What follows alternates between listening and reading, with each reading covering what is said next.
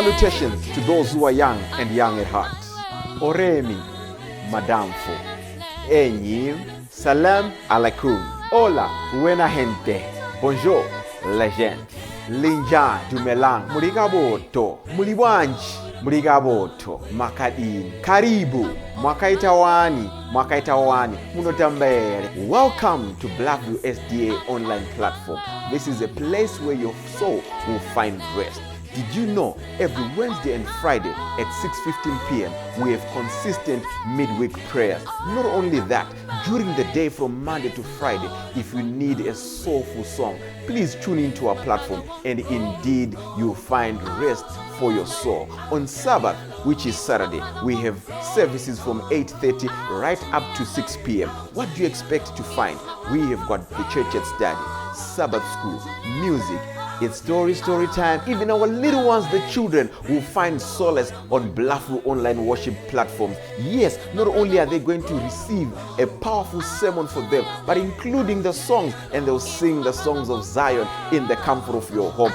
Yes, you are waiting for the power hour as we receive the beautiful words, the wonderful words that come from the word of God. In the afternoon, we have got powerful discussions, not only for the young, but even for the old, as we prepare this journey on this planet Earth before the sundown. Yes, there is a sermon that will usher you into the new week as you listen to God speak to you. What are you waiting for? Tell your friends about it. Don't forget to join us on YouTube and Facebook. Like our page and subscribe to our YouTube channel. God bless you as we meet on Blackview online worship platform. Nobody can stop me. Nobody. Don't you wanna go? I'm going there. Nobody can stop me. I'm on. Ungatore akapasi merufaro rorwese asindire angu Jesu anogara narini siti take takatama nerudo rorukuru rununu rwakakomba chitizo cheupenyu ungatore akopasi undipe angu Jesu anondinyaratamweya naye ndinozoimba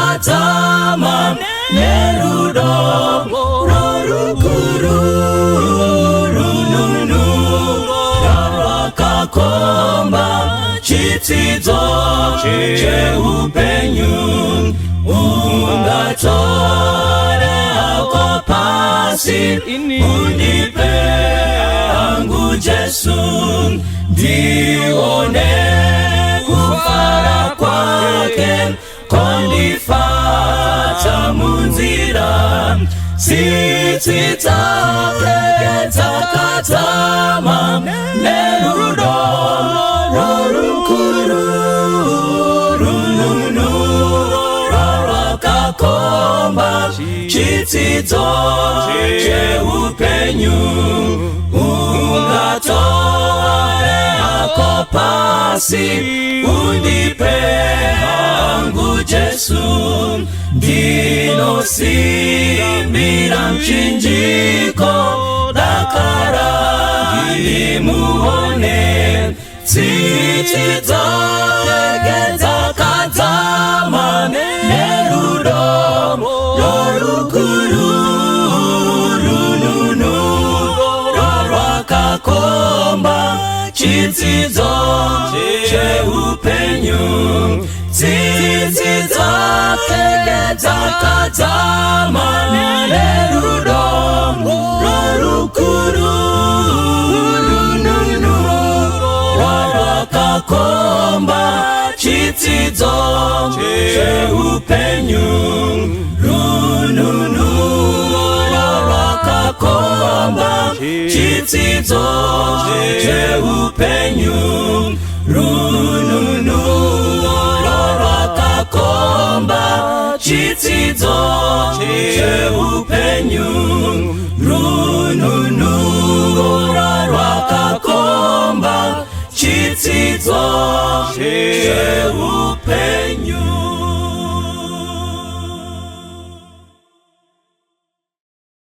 Makadi vanhu vaMwari kose kose kwamuri kutiona muri, tinotenda kuti Mwari watisanganisa zvakare muchirongwa chino chekukurukura pamusoro peizwi ravo. Nhasi toda kutarisa mubhuku raJohn chapter 8 kubva pavhesi yekutanga tichayambukira kusvika pavhesi 10. Mwari vachitipa simba.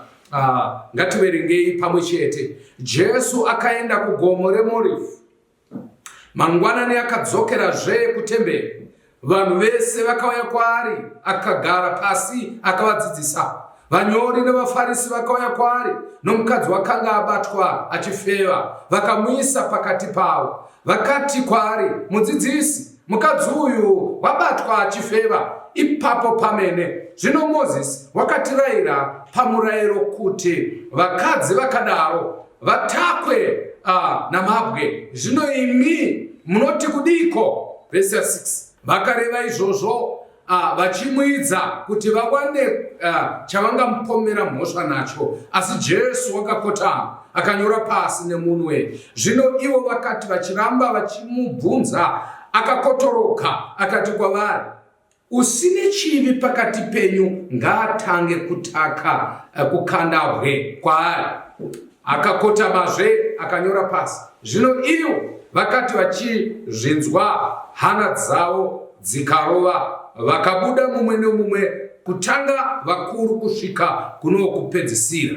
Jesu akasara ari oga nomukadzi wakanga amire pakati pavo. Jesu akakotoroka zvino asingaoni munhu, asi mukadzi oga akati kwaari, mai, vakupomera mhosva varipiko? Hakuna wakutonga here?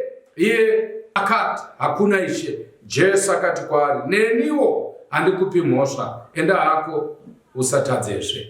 Mwari awedzere chikomborero pakuverenga kweshoko rake. Ngatimbowanai mukana wekunamata. Ishe tomutendai patakutsanangura shoko renyu. Tinokumbira Mweya Mutsvene vakanga varipo richinyorwa musi waMuenzi pachirongwa chino. Ini ngandidzikisirwe imunjisimudzidzo naJesu tanamata. Amen. Iri rakanga riri zuva rechisere 8th day muvhiki musangano wematumba. Panguva iyoyo ngada kuziva vanhu vaMwari kuti musangano wematumba wakanga uchicelebratewa zvakakura kwazvo, kuti vanhu vaifamba muvamwe wakakura vachiuya kuzocelebrata the Feast of Tabernacles. Saka rakanga rezuva rave rechi8 vanhu vari kumusangano wematumba. Ngatinditsanangure nyaya yemioni zvakanaka. Saka tiri kubva taona kuti vanhu ava vanhu vauya kuchechi, right? Vauya kumusangano, kusanganisira maybe nemudzimai uyu anga auyawo kumusangano hatizive, kana kuti anga ariwo munharaunda, but issue iripo ndeyekuti ivhiki remusangano. Chandityisa panapa ndechekuti tichibuda here mumusangano? Hama dzangu, tichibuda here mumusangano? Musangano wakunopera ndo patinosangana nyaya yakadai. Vhiki rese vakanga vachiita zvipiriso masikati manheru vachiungana kusvika pazuva ranhasi ndopotoona mashura akadai. Musoro nyaya ndafunga kuti titaure ndokuti Jesu anoregerera. Haleluya. Jesu anoregerera. Vaimbi vane kamwe kambo kavanoimba kuti Jesu anoregerera. Ikako kambo kanotidzidzisa kuti hakuna chitema chisingaregererwi naJesu. Kana tichinge tareurura Mwari vanoregerera. Tina Mwari anoregerera. Dambudziko rataita mazuva ano nderekufunga kuti pane zvitema zvimwe zvakakura zvekuti hakuna Mwari zvaangaite nechitema ichocho. Ndokurangarira musi wandakaona message pafoni pangu tataura pamusoro pekuregerera. Ndokubva umwe anditi, nai pastor, Jesu anoregerera here? Ini ndakatadza zvakanyanya, handihwisisi kuti ndinoacceptika sei naMwari nengari kuti handina chitema chandisina kuita. Ndiri mudzimai wechidiki, asi zvitema zvemhando yepamusoro zvese ndakaita. Nozova kuti hana yangu yakarova, ndikati nhaivekwe, mwana ari kutaura kanzi hapana chitema chandisina kuita chingazikamwa chinonzi chikuru. Ende ndokubva ati ini pandanzwa mharidzo ndarwadziwa, ndikati ini Mwari anondiregerera were. ndokubva ndataura pachena ndikati chipatara chakagadzirirwa varwere. Kuchipatara kune ICU, mune nzvimbo dzinonzi umu ndo muri kuenda vanorwarisa, umu ndo munoenda vaya vakuda kudischargwa, vamwe vanenge vari koko. Chipatara chaJesu munhu wese anopinda muintensive care, hakuna munhu anoenda kuoutpatient. Kana taenda pachipatara chinonzi chaJehovha tese tenge tiri muintensive, kureva kuti tiri vanhu vari kuda kutofa. But praise be to God, Mwari anoregerera vatadzi. John 1:9 inotsanangura kuti kana muchizvireurura zivi zvenyu, iye Mwari wakatendeka anotiregerera pakuipa kwese, otinatsa pamhosva dzedu dzese. Rega nditi tine nhau dzakanaka wana Mwari. Pane vamwe vanhu vanosungirira kamukore kwemakore, vanotaura kuti gore riya remashu akandivhiringa, vamwe vachiti tichangobva muindependence ndopandakavhiringana naye ndikabheja kuti gumbo rangu haurioni pamba pako. But Mwari wedu anoregerera, haiti grudge nemunhu. NdiMwari anenge anotarisa kuti kana anenge atendeuka auya kwaari adzoka nekurevesa, Mwari anomuregerera. Handifungi kuti dai kusina kuregererwa taipapinda denga harepindika wana Mwari. Saka munyori achizoti denga ndiyo nzvimbo ichaungana vatadzi vakaregererwa. Rega ndokupa good news satapedza nyaya nhasi kuti imwewe nekuipa kwako hazvina mhosva. Kristu haudziwi kuti wakaipa sei. Kristu anoda bedzi munhu ane hana inogamuchira, anoreurura, anokumbira, Mwari anobva amuregerera. Saka iwewe neni tinokwanisa kuregererwa naMwari. Saka pakemeeting ipapa, kemeeting ichitorobwa vanhu vari pachiitiko chavo, shoko raMwari riri kutaura kuti mangwanani, kureva kuti yanga iri morning manna, Jesu aenda mukati metemberi. Tikachiti temberi atino takanopinda mumba nenga rekuti temberi yanga iri mamusingapindi gumaservices zvatingaita pazuva ranhasi, but vari kunze uko, but muvazhe. The Bible says akasvika ipapo ambenge aenda kugomo reMorifi, pakanga achinonamata achikurukura nababa, vanhu vadzokera kudzimba. Ndozvinotaura verse 1 inotsanangura kuti vanhu vakadzokera kumba, Jesu akaenda mugomo reMorifi achinonamata. Vanoongorora pamusoro pekunyogwa kweshoko raMwari, vadzidzi pamusoro pebhaibheri, vanongovhiringana panyaya yekuti nyaya haifanirwe iri pano, haisi yaJohn and so forth. But chandoda kuti muzive ndechekuti hazvinei kuti nyaya iyi yakanyogwa nani, but vandinoziva akaita kuti inyogwe ndiMwari Mweya Mutsvene, kureva kuti ndiye ari kutsvaka kutsiura munhu pazuva ranhasi. Shoko raMwari rinoti mangwanani vachiinda mukati metemberi, Jesu akagara pasi setsika yake ndokubva atanga kudzidzisa vanhu.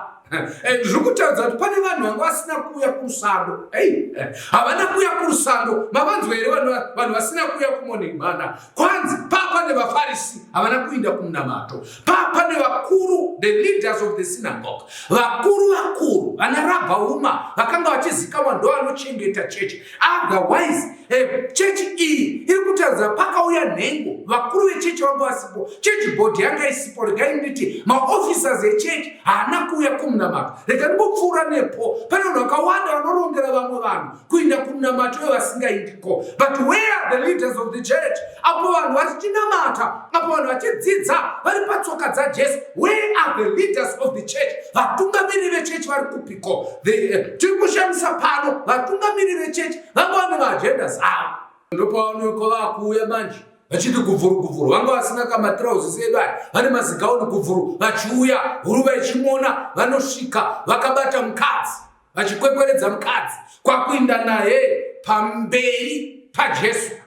Rega ndigotaura nyaya iyi, vakaenda naye pamberi paJesu. Mamistakes avakaita ndichakutsanangurai kuti mamistakes akaita sei. But zvichandada panapa ndechekuti vanhu ava vari kuuya nemutadzi kuna Jesu. Kana pane chinhu chausingagoni kuita kukwekweredza kuinda nemutadzi pamberi paJesu, kana wadaro wakavadacha, ndokunonzi ukavadacha kuriyambutsa. Kana uchiti uda kumufumura hapana zvawaita, nenga rekuti mutadzi naJesu hazvisiyani. Pane mutadzi ndo pana Jesu, nokuti Jesu akavinga chakarasika, wakavinga kuzodzikinura vatadzi. Saka vakaita mhosva yavo yekutanga yekuinda naye. The Bible says vakasvika naye ndobva varondedzera nyaya yavo. Mukaitarisa muchirungu muchizoongorora mavara akashandiswa kunonzi vakaenda naye pamberi paJesu, pakati pevanhu, kumufumura.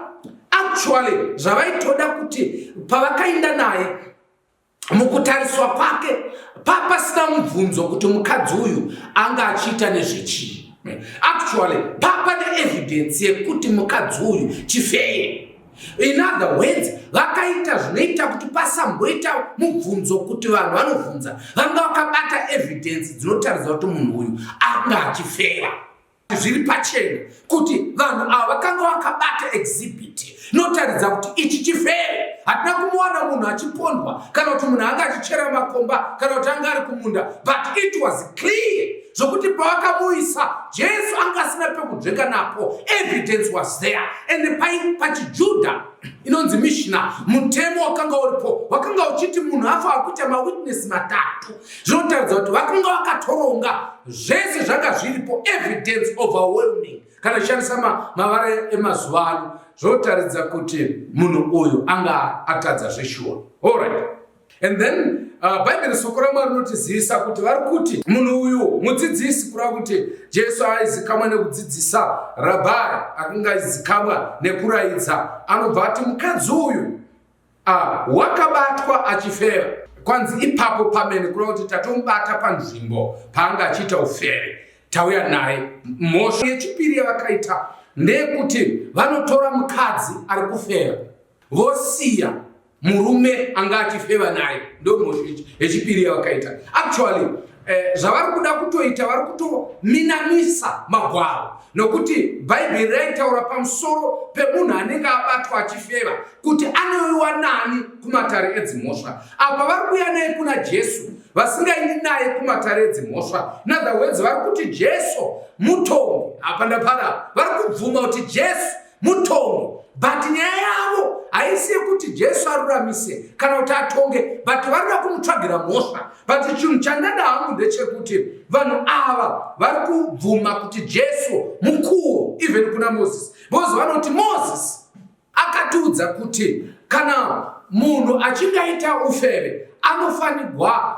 kuti atakwe nematombo. Ndazoitsvaga kuti Moses akazvitaura papi, nokuti taida kuziva kuti paakazvitaura akambozvitaura achiti kudii. Indai neni Deuteronomy chapter 22 kubva pavhesi 23 munzwe zvavari kukota mugoona kuti vanga vaine mweya waSatani. Nokuti Satani ndiye anotora Bhaibheri soko raMwari orimonyorotsa roinda kuzvinhu zvake. Ngatinamatirei mweya wokusada kushandisa Bhaibheri kuti tiite zvinhu zvedu. Vanoti kudii kupavhesi 23 pane mutemo uyu kunonzi kana kuno mwanasikana ichiri mhandara wakanyengwa nomurume, kureva kuti akapiwa chitsidzo, right, nduma, right, iyeyo nomurume, mumwe murume akamuwana muguta akavata naye, ipapo munofanira kuvabudisa vose vari vaviri pasuo reguta. Muri kuibata kana Mwari,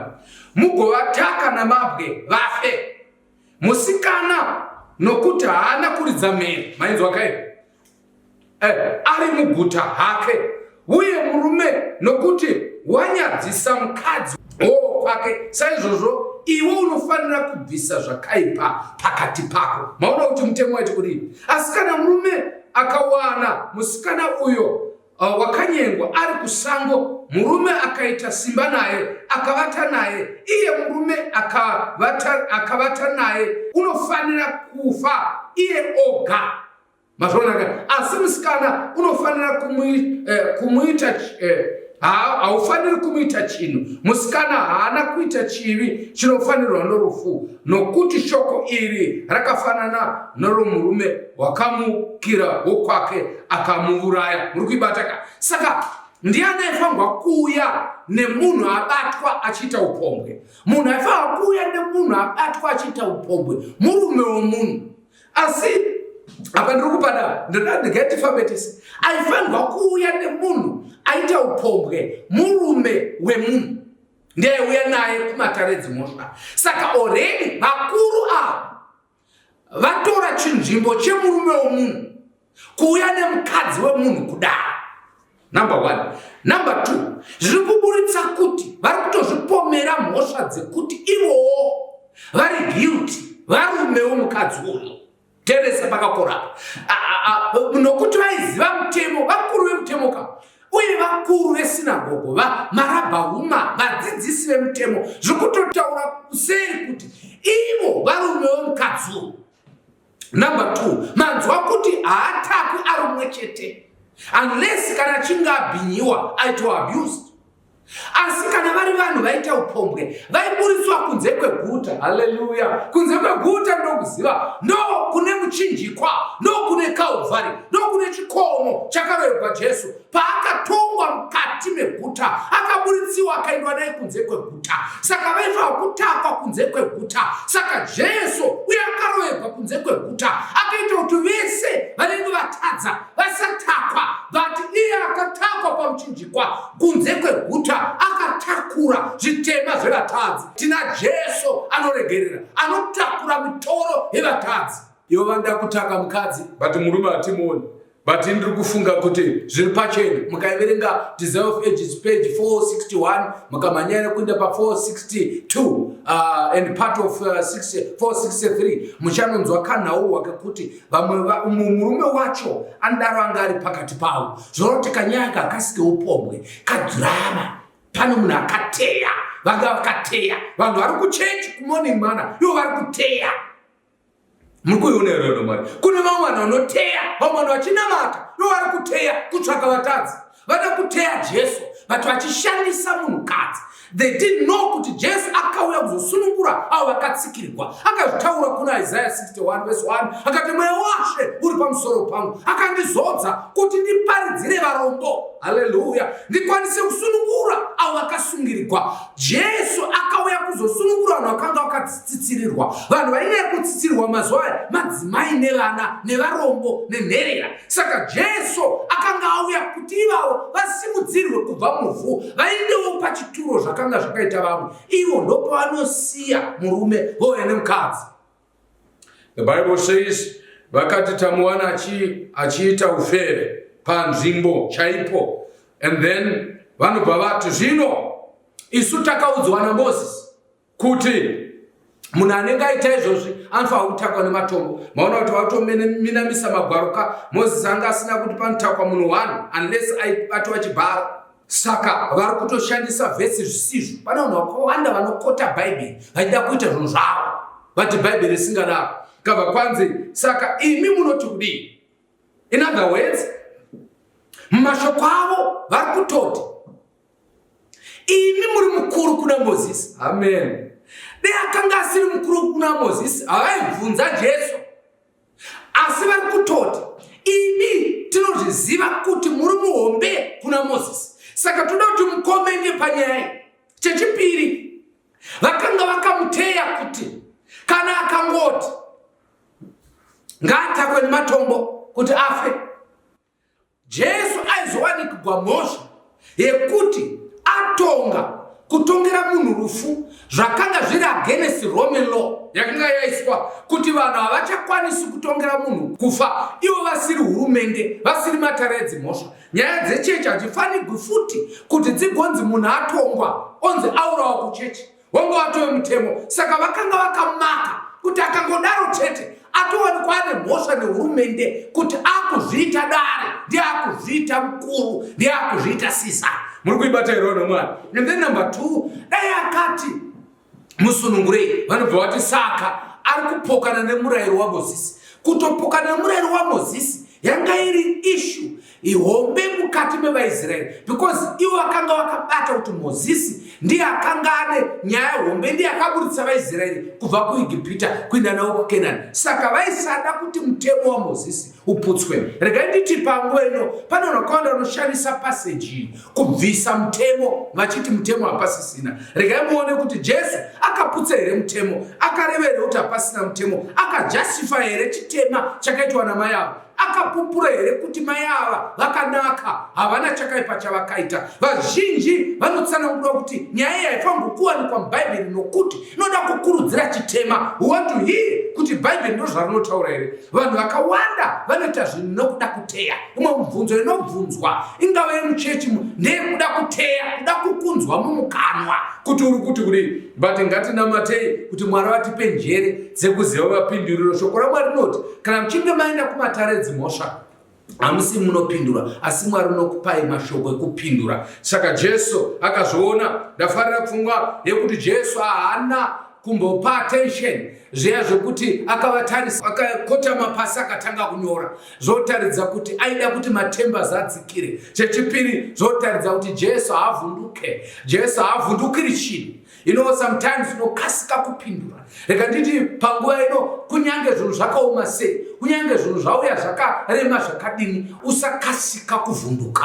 Pana mwana unovhunduka. Dai tatiriswa apa tigare takatovhunduka kuti saka imi munoda kuti imi ndiri kukuonai muri kunditeya, munoda kuti ndikati vaRoma mobva mati mandibata nehurumende, ndikati Mozisi mobva mandibata nemutemo wekuchechi, ndakuonai muri matsotsi, hamuna zvamunoziva imi. But Jesu akanyora pasi. Let me say something to somebody panguva ino kuti usanyanya kumhanya, usanyanya kupindura zvinhu, nyora pasi, usakotoroke, tsinatira, matemba zapere. Inzwa Mwari, the Bible is clear kuti pakaramba akatsinatira vavengi vake, ndakutoti vavengi bhozi vanga vakamurongereka, zviri kutotaridza kuti nyaya yeupombwe yakatograftwa, yakataurwa, ikarongwa. Mukadzi uyu akarongegwa, vanhu vari kuchechi ivo vakanga vachirongera Jesu kuti vamubate.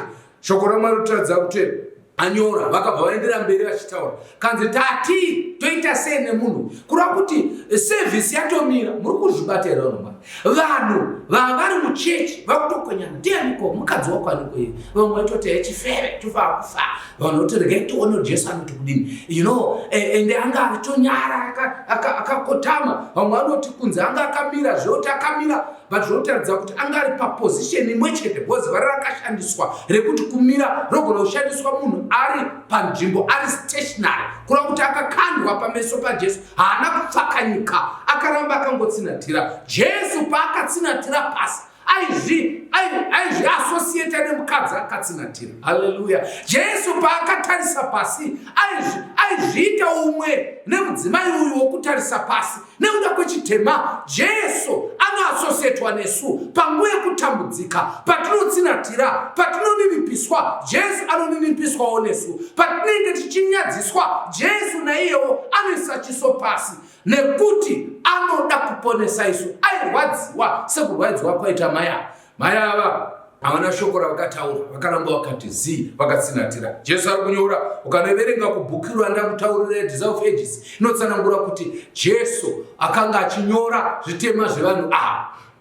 Iro vara rakashandiswa kuti right, haringorevi kungonyora chete, but inotaura kuti kunyora pamusoro pecharacter, kureva kuti akanga achinyora pamusoro perutongo rwevanhu vakanga vakapoteredza. Mumunyora anobva ati akatanga nemukuru, that's why vakuru ndo vakatanga kudisappear vachienda, kureva kuti akatanga nevakuru vakanga varipo, vaizikamwa kuti ndova vari kutungamirira maring leader, macrew leader, vakanga vachitungamirira pakupomera mhosva paevhuri chinhu chinoitika pachechi. Pane vanotungamirira ka, vamwe vachingotevera, vamwe ndivanatevera, vamwe vanatinhadzigwe, but pana vari mberi. Shoko raMwari rinotaridza kuti Jesu akanyora pasi, and then kunonzi akakotoroka, kureva kuti akabva pakukotama paya ndobva vatarisa, ndokubva ati kwavari anenge asina chivi. Ndatoda nguva yangu ichitarisa nyaya ndikati Jesu anotaura seiko kuti asina chivi. Pane munhu asina chivi, nokuti tese takaberekwa nemubereko wechitema. Iye anototaura kuna vaRoma 6:23, hakuna munhu asina kutadza, tese tiri vatadzi. Hatisi vatadzi nokuti takatadza, tiri vatadzi nokuti Adhamu akatadza, tatiri muudlu hwake, saka tiri vatadzi nechitadzo chaAdhamu. Why would heaven say pane here pakati penyu asina chitadzo amutake? Zvakanga zviri mumurayiro wemaJudha kuti kana munhu achinge achida kupomera umwe munhu, iye pachake anofanira kunge akachena panyaya iyoyo yaari kupomera munhu iyeye. Jesu ari kuzviziva kuti vanhu ava vari kuda kutevedzera mutemo chaizvo, but havasi kuda kubuda pachena kuti ivo vane chitsotsi chavaita. In other words, Jesus was saying to them, kana mamubata zviri zveshuwa kuti mamubata, musina kana dzimwe nyaya dzamaita kuti aende munyaya dzeupombwe idzi, tanga imwe kukanda dombo. In other words, he's saying, munhu wamuri kuti chifero, munhu wamuri kuti ipfambi mumba menyu, imi hamuna here ruoko rwamaka ita mukati meupfambi hwake. Vamwe vanhu vamuri kuti ipfambi, chekai history dzavo. Vamwe vakaabhusa vari vana vadoko, vamwe vanhu vakaabhusa amaereda echechi, vanhu vaakuzikama musociety, but nekuda kwokuti zvakaitika ari mudoko, zvava mukati metsinga, haachadzoreke, akabva atama akaenda. Hauna here ruoko rwako mukutadza kwomunhu? Jesu ari kuti kana pakati penyu, handisi kuramba ini kuti munhu aurawe ngaafe, but mutemo unoti haambourawi panda kuurawa nemunhu asina chaanopomerwa panyaya iyi. Number 1. Number 2, ngapaite munhu anotanga kukana. Zvaive mumurayiro wekuti kana munhu achinge ane mhosva, iye munhu wacho ari first witness ndiye anotanga kutanga nedombo. Kana munhu achinge afa, asi kana asina kufa, second witness yorova, third witness yorova. Kana munhu achiri mupenyu, ungano yose yobva yarova. Saka Jesu ari kushandisa mutemo wavo wavaiziva, achivazivisa kuti muri kuda zvemutemo, asi kamutemo hamuuzivi. Imi mune rupandi pakutadza kwomukadzi uyu. Ende shoko raMwari riri kutaridza kuti vari maha vakanga vatorwonga, nokuti kuri kunzi hapana munhu akatanga kutaka. Rega nditi tichipedzesa rusano gunoko, handisi kuramba inini, tamborambai. Ifambi munhu iye wauri kutaura uchechi kwenyu ifambi. Actually munhu vari kutaura anotoene ufambi, zviri pachena, exhibit iripo, actually zvotozikava. But ndiri kumubvunza hako kuti iwe hauna rupandi here panyaya iyoyo? Maoko ako akachena zvakadini panyaya iyi? Regai nditi, the Bible is not justifying. Muchazoona sovamba kwatikuita. Jesu haasi kupembedza mukadzi uyu, but Jesu ari kuramba pfungwa yekuda kuchena iye munhu asina kuchena, achida kuzvichenesa pameso paMwari iye asina kuchena, kuda kutsvaka mhosva yemwe munhu iye ane dzake. Jesu haasi kuti mukadzi uyu haasi mutadzi, haasi kuramba angada akati siyana naye atoya kwandiri atovanda pandiri, asi ari kuti ngaafe mukadzi uyu. Asi semurayiro zvaunotaura, angakutanga arohwa nemunhu ane maoko akachena.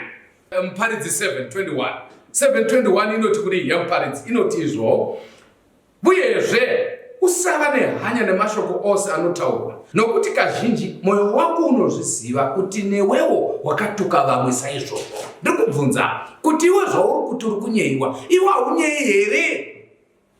Haune herewo dzako nyaya apa? Nozoti pandambofunga musoro wenyaya apa ndamboda kuti chirega usati wabatwa, ndambofunga kudaro, because dambudziko revazhinji nderekuda kutanga vabatwa kuti varege. Panapa the Bible says vakaramba vachitaura, iye Jesu atombonyarara, usaramba uchitaura iye asati akazokotoroka panoitika nyaya. Jesu anotaiwa no problem, ngaafe. The Bible says hapana, akakanda ibwe. In other words, mukadzi anga angomirira kunzwa ibwe rekutanga rinorova, but hakuna ibwe rakarova. Instead, kwanza vakatanga kubva pana Jesu one by one, kutanga kumukuru. I don't know why. That's why mwanyori vachiti Jesu paakanga akunyora akatanga kunyora zvivi zvevakuru vakanga varipo. Saka mukuru akatanga kuona kuti icho chivi changu. Handiziva vanhu vaMwari, denga iri riri kure kune vazhinji. Vanhu vekwedu taakufamba nekabhuku kekunyora zvivi zvavanhu. Dambudziko rokufamba tine kabhuku nebhiro yekunyora zvitema zvavanhu, but kazhinji hatione zvitema zvedu. Ndiri kufunga kuti wailist chikosha kutsiurana kuti vanhu vapinde mukati megwara, but iwe usaite basa risiri rako. Hausiwo unopinza vanhu denga. Inzwa munhu waMwari, denga kure newe, iwe ipoona zvako zviri. Saka Jesu akazomboti, iwe waona seiko? Waona sei katsotso katanda kari mukati meziso reumwe, iwe une zidanda muziso rako, kureva kuti waona sei wakatoshogwa. Jesu haasi kuti haana kuto munhu uyo haana katanda, but ari kushamisika kuti ndiri kushamisika kuti munhu wacho aona mhani. It's a miracle, it's a wonder kuti aona sei iye akatotoshogwa. Ndiri kubvunza hangu kuti imimi kanjani, muri sei munhu waMwari? Uyu tamuona, uyu chifeve, ko imimi kana makachena chikandai ibwe mabwaripo kandai. Bible says pfunga yataura Jesu panapa haisi yekuti vanhu kana vasina chitema, because Jesu aizotese tiri vatadzi, but aireva kuti kana musina kumurongera mukadzi uyu, number 1. Number 2, kana musina kundirongera panyaya iyi, muri genuine, kana muri genuine kubvunza nyeni chaizvo muchitsvaka chaizvo kuti toita sei, aiwa zvakangonaka. Asi kuona kwangu mune nyaya. Munyori anobva ati pakati pavo pane vazhinji vakamubenge vaita upombwe nemukadzi uyu. Ndikufungidzira kuti titsiurane chaizvo, because pane nguva yandakanzwa pamusoro peAkani. Remember Akani? Akani uya akaba goridhe akaviga pasi petende rake nenguo dzeBhabhironi. Nyaya yotsvagwa ndiani watora, nokuti vanhu vakanofa 36 people vakanofa vaenda kuhondo paguta reAi. Kakasina kana musoro kaguta kadiki, vakafa varume vakasarako. Shoko rinoti varume vakafira ikoko nevamwe vevanhu vakaona Akani achitora rurimi uku kwegoridhe ane nguo akaiviga. Saka vakanga vachiziva, in other words vaitoti chazogovana maybe kana hondo ichinge yapera. Saka kana tikasatsiura chitema nezita racho, isu pachedu Mwari anotipa mhosva nokuti tenge taona. That's why vasina kudzoka kuhondo. But pfungwa yandinayo ndeyekuti pano kana tatsiura ihemeni, but iwe hauna here ruoko panyaya iyi? Ama akachena sei maoko ako panyaya iyi? Ndopane nyaya iyi papa kuti ko iwe kanjani? The Bible says kwanzi apana here asina chivi ngaatange iyi kukanda, then tozokanda tese. Akotoroka unonzi vakatiza, umwe neumwe akadzokera akaenda kumba kwake. You know, I like mfungwa inotaurwa pano, Jesu akasara ari oga. Amen. Jesu akasara ari oga, koma nemukadzi wakanga amire pakati pavo, which means Jesu ega ndiye akasara asina mhosva. Jesu ega ndiye asina mhosva. And then mukadzi akanga akamira, haana kumuva, akaramba akamira paposition yekuti pano pandawiswa handibvi pano, kana ndichifa ndofira pano. Mhosho yakaitwa nevaJudha ndiye kuendesa mutadzi pameso paJesu. Kana mutadzi akaenda pameso paJesu, zvamunakira. Jesus says something that chandishamisa. Jesu akataura nemukadzi akati, ko vari kupiko vanga vachikupomera mhosva yako? Mai, vaya vakupomerai mhosva vari piko? Vanhu varipi? In other words, Jesus is saying, ko vatsvene vaya vaite piko? Jesu ari kuti panapa, where are the holy ones? Vatsvene vari kupi? Hakuna mutadzi anosvika pana Jesu akazorora dundundu. Tese toenda pana Jesu tinoona kuipa kwedu kudarika zvitari chiti. Ukaona munhu achiti mutsvene achimhanya uko ari kure naJesu, akauya padhuze achaona kuipa kwake. Isaiah achitanga bhuku rake kubva pachapter 1 kusvika pachapter 6 akanga achitaura pamusoro pekuipa kwaIsraeri. Ndakapotedzwa navanhu vakaipa, vane miromo yakasviba. But moment yaakaona chigaro chaMwari pachapter 6, aona chigaro chaMwari chaipenya, akanga akagara pachigaro, nguo yake yakazadza temberi, ndokubva atanga kutaura kuti vakomana, ndine miromo yakaipa. Dei pasina nyasha dzaMwari kuti akatorerwa mazimbe pane kayepapa handingaendiko. Mazimbe akatogwa pakaaritari kezvinonhuhwira kaimirira the merits of Jesus neminamato yaMwari, ndopakabva mazimbe. Mazimbe akanga abve paya, mazimbe akanga achibva kuaritari yakanga iri yezvipiriso panze, kureva kuti pamuchinjikwa ndopakabva mazimbe aipisa chipiriso, ndo aiwiswa nawo oiswa pakaaritari kezvinonhuhwira, ndopakabva mazimbe akagunzva miromo yaIsaiah, ndokubva ataura kuti tenzi nditumei ndiri pano, zvamandigunzva nditumei. Kana tiri padyo naJesu tichaona kuipa kwedu kudarika kana tiri kure. Hapana mutsvene apa. Mai vakaitaura Jesu akati, ko vari kupi vatsvene? Vakomana, tirege kuita songe tine maoko akachena. Kutaura chokwadi kwakanaka. Zvakakosha kutsiura, but kazhinji imbochekawo, imbozvitarisa. Ndozita remukosha wangu, zvitarisa kuti wakamira sei. Kwanzi mai vakapindura vakati, hakuna. I like that. Kwanzi chikona Jesu kwanzi, hakuna wakutonga here? Iye akati, hakuna. kureva kuti Jesu ari kubvunza kuti tatatika ndiwe mutadzi pakati pavarume vese ava. Iye ari kuti hakuna, kureva kuti hakuna mutsvene pastor. Ari kutaura kakuda ndingiwo, ari kutaura kuna Jesu kapasita wake ari kudzidzisa akati hakuna mutsvene pavarume vese vaida vaya, hakuna. In other words, mubvunzo wandiri kubvunza ndekuti vari kupiko vanhu vaya vatsvene. Shoko riri kutaura panapa kuti hakuna, kureva kuti kana taenda pana Jesu tese tiri vatadzi tinocheneswa naJesu. Ndakafarira mukadzi uyu akataura chokwadi kanzi hakuna, neniwo handikupi mhosva. Ndopandazoshamisika kuti Jesu akuti kudii futi. Jesu afanira kumupa mhosva ka nengada kuti Jesu yemutsveneka, mukadzi uyu mutadzika. Otherwise munhu aifanira kutanga kutaka mukadzi uyu ndiJesu, because he was part evanhu vakanga vachikurukura. Jesu ari kutizvo neniwo handikupi mhosva. Actually mukaverenga muchirungu inoti I don't give you any condemnation. That's why 8 verse 1 Roma, there is no more condemnation for those who are in Christ. Hakusina kupomerwa kune avo vari muna Kristu. In other words, Jesus is saying neniwo handisi mutsvene mai. Hey, what is Jesus saying? Jesus is saying inini handisi mutsvene. Why? Because pamamuchiona nchikotoroka paya, pamamuchiona nchinyora pasi paya, pandanchitsinatira paya, ndanchinyara nekuda kwokuti zvivi zvenyu zvauya pamusoro pangu, handisiri mutsvene, ndatakura mhosva yenyu mai. Otherwise kana kwakuri kufa vanhu vaivakurumidza kuinda dei vasiya vatakaini imi maenda kumba. I cannot blame you because hamusina mhosva, mune munhu ari muna Kristu. Haleluya, sangano raMwari. Vese vari muna Jesu Kristu havasina mhosva.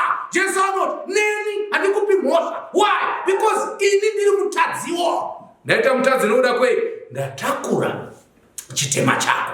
Hapana vhesi yandifadza pana ndichiverenga ndati haleluya. Hakuna imwe vhesi ine chikomborero kudarikai kuti Jesu akati kumukadzi ini ndatove chifeve nekuda kwako. The moment yawangosvika pano ufeve chitema chako chamuva from you chichiuya kwandiri. Teresa paitike nonzi osmosis, movement of molecules from their higher concentration to lower. Pawangosvika pano kune zvivi zhinji kwaerera kuchinda kusina. Saka iye zvino wanaka ini ndindaipa. Munopa mhosva seiko munhu aenda pana Jesu?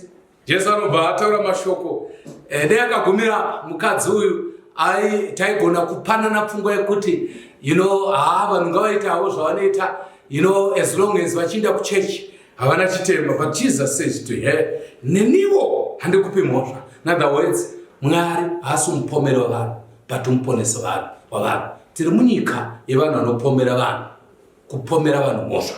But Jesus does not condemn anyone. Jesus muponesi wavanhu. Tisu tinoti tikaenda kwatinoenda kuchechi tisu tinosimudza uyo igirlfriend rako uyo tichifumurana vanhu vachifumugwa pakati pechechi. I don't understand that. Vanhu vanochiudziwa girlfriend rako riri pano ende wakabhodai uri muroi makadai mukadai. Jesu haasi mufumiri wavanhu, Jesu muponesi wavanhu. Jesus says to this woman, nyangwe iniwo futi handikupi mhosva. In other words, iwe wanaka. Why? Zvako zvave pandiri, ini ndatoene mhosva. But listen very carefully mukadzi iwe, enda hako usatadzezve. Amen. What does that mean? It means mukadzi yanga atadza. Saka sin is breaking of the law. Kutyora murayiro. Kureva kuti varume ava vakainda nyange vanga vakamuteya, but mukadzi haasi kupiwa pembedzo yekuti wakateyiwa. Kuna vanhu vakawanda vanoti mhino zvezvo zvandibata, ndongowane mweya wetsvina unenge wandibata. Haiwa, hauna mweya wetsvina wakubata. Satani haabati munhu zvekumanikidza. Jesu ari kuti watadza, hazvinei haupembedzwi kuti wanga wadini. Jesu ari kuti enda mukadziwe, but sin no more. Variri kuti no more rinoreva kuti not even again. Usazotadze futi. This issue ukatadza futi. Pane imwe nzvimbo kunonzi chitema chakadai kana ukachidzokorora uchasangana nematambudziko anodarika awadzikinurwa nawo. What does that mean? Mukadzi uyu achinzi enda hako What does that mean? Jesu ari kumuti munhu anenge auya kwandiri akasiya zvitadzo zvake anoenda akasununguka. Varume vekuinda vachibva pana Jesu, Teresa, vakabva one by one, but vakaenda vane zvivi zvavo. Mukadzi uyu paakabva pana Jesu akabva asisina zvivi nokuti Jesu angamuregerera. I want to pray with somebody panguva ino ari kuti ini ndiri mutadzi, handisi kuda kuti ndinamate munhu anonzi ndinopomerwa. Haisi nyaya yekupomerwa panapa, because Bible rinoti vanhu ava pavakanzi asina chitema ngatange kukanda ivo pachavo conscience dzavo. Apa takutaura issue, hachatauri nyaya yeku, because chiprofita chaiko muprofita wemwoyo wako ndiwe. Hazvidi kuti vanhu vaprofita, hatimbomira izvozvo kuti vanhu vatsvake maprofita. Unzwa ndiri kune rimwe dundu ndakaingodzwa gunhu munhu kuti apo vanhu vari kunetsana, apo pane vanhu vanoita zvakati nezvimwe zvinonyadzisa. Ndikaenda ndikanoitisa chidzidzo ipapo. Panapa tiri kunzwa nyaya dzakati mani, ndiani kwari kuita zvinhu zvakadaro pakashayikwa. Tino kuti ndakazoti vamwe vedu tiri kuramba kuti vaprofita vauye, kwete kuti tichiti vaprofita ndevenhema, but vamwe totya kubatwa. Hamwe munoziva chazvo kuti muprofita wenhema zviri kureva nhema. Muprofita wenhema zvinoreva akamutuma, kwete zvaanotaura. Anogona kutaura chokwadi but asina kutumwa naMwari, ndewenhema. But issue yandinayo panapa ndeyekuti muprofita chaiwo mwoyo wako kutaura chokwadi, imbomira kubvunza vanhu. Munhu anonyatsa kuziva nyaya dzako chaidzo ndiwe, iwe pachako. Hazvidi kuti mameseji abatwe, hazvidi kuti paonekwe kuti waendepi. You know very well kuti inini ndine nyaya dzangu dzisati dzabatwa. Saka ndamboti inini musoro nyaya ndikutini chirega usati wabatwa. You need kuva munhu anobvuma zvitema zvake. Kana wabvuma, Jesu anokuregerera. One day yauchatadza kuzobuda pane imwe nzvimbo, uri kungoti ndapotsa ndabatwa, nyaya yangu yapotsa yabuda. Yani one day paichabuda pafront page, kwete zvekunemerwa but nevhidhiyo. Ndakataura newe, Mwari anombokupa rope achikurenga, but kana ukasachera chikomba, one day zvichakuverenga. Mwari uchazviita nokuti Mwari harambi anyerere pachinhu. Iwe chirega usati wabatwa, uya kuna Jesu. Jesu anoregerera. Kana uri munamato wako, ndoda kuti ndinamate newe panguva inoti pastor, Mwari ngaandiregerera. Usaone chitema 1, chitema haisi 1 cheutauro cheupongo chete. Kune zvitema zvemhando. Actually, mugenda muchasangana vanhu mhando dzese ka. Zviya zvokuti hakuna chitema chiri superior. Kana taraswa, tinonoraswa nekubasendi. Uchisangana nemhombwe mukati megenda. Kuraswa chichatiponesa kuuya pana Jesu. Saka unza hama yako pana Jesu. Asinokosha kuzviunza iwe pana Jesu kutanga. Ndokufunga kuti vakuru vechechi ndopangada vakagara pasi vakati ishuwa ishe nesuwo tiri vatadzi, but vakatiza vakaenda. Usatize rusando runo usati watendeuka waya kuna Jesu. Ramba uripa pana Jesu. Jesu achakusunungura. Enda hako usatadzezve. Haikona kudzokorora chitema ichi. Kuti usachidzokorore, usatambire nzvimbo idzodzo, nokuti mangwana uchapinda pamwedzi usingagoni kubuda. Iti Mwari ndokugamuchirai. Because John 1:12 vese vakamugamuchira anovapa simba rekunzi vana sikana nevanakomana vake. Kukunda midzo kunoda kutendeuka. Ukagamuchira Jesu, Mwari anotipa pawa yekukunda zvitema. Kana tazvikunda, tinofamba takasununguka. Ngatinamate. Ishe tomutendai, munoregerera. Dema musingaregereri denga raitirwadza. Ataimboendako actually, because haripindika. Hakuna munhu anogona. Tinokutendai nokuda kwetsiudzo yeshoko renyu. Tibvisei mukukavha zvitema zvevamwe, kusada kuzvitaura, patidzidzisei kutanga tatendeuka pazvivi, tobatsira vamwe kuti vatendeuka. Chinhu chatonamatira chikuru chipo chekutendeuka. Bvisai kuomarara nekusindimara. Tizive kuti muri Mwari anoregerera. Aripo angachifunga kuti chake chakakura kudarika cheumwe, but tese tiri muimba imwe chete, tiri muimba yezvivi. But imi Mwari munoregerera zvakaipa. Tinatsei pakuipa kwese nokuti muri Jehovha. Muzita Baba, nere Mwanakomana, nere Mweya Mutsvene. Amen. God bless you. Tesetai, tasewai, tapumuka kure, ndingaona senyinzira yekuwa mudanga, ndirinzira ili umenyu, aui kuna Baba usineni, ndirinzira ili umenyu, aui kuna Baba usineni, ndatenderetwa nenamo Mwari anondinzwa, apo wazhinji wachema, dozi wasenyidi, ndirinzira ili upenyu, aui kuna Baba usineni, ndirinzira ili upenyu, aui kuna Baba usineni, kuna Kristu nzira nedi, andi chapumuki, ondi isa kuna Baba, kumushawe mbiri, ndirinzira ili upenyu, aui kuna Baba usineni, ndirinzira ili upenyu, aui kuna Baba usineni, ndirinzira ili upenyu, aui kuna Baba usineni.